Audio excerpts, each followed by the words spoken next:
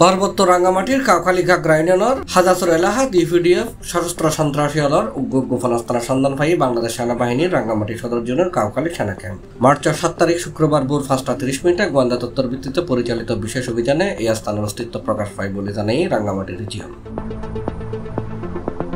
রাঙ্গামাটি রিজিয়নের দায়িত্বশীল হলে জানাই বিশেষ অভিযানের সময় সেনাবাহিনীর উপস্থিতি বুঝতে পারি ইউপিডিএফ সন্ত্রাসী হল দাগিয়ে গই। পরে সেনা সদস্য হলে এলাকান গিরিয়ে তল্লাশি চালে বিপুল পরিমাণ গোলা বারুদ, সন্ত্রাসী হলের বিপরীত uniform, binoculars, walkie talkie set, computer hard disk, চাঁদা আদায় রসিদ সহ অন্যান্য নথিপত্র সরঞ্জাম উদ্ধার করে।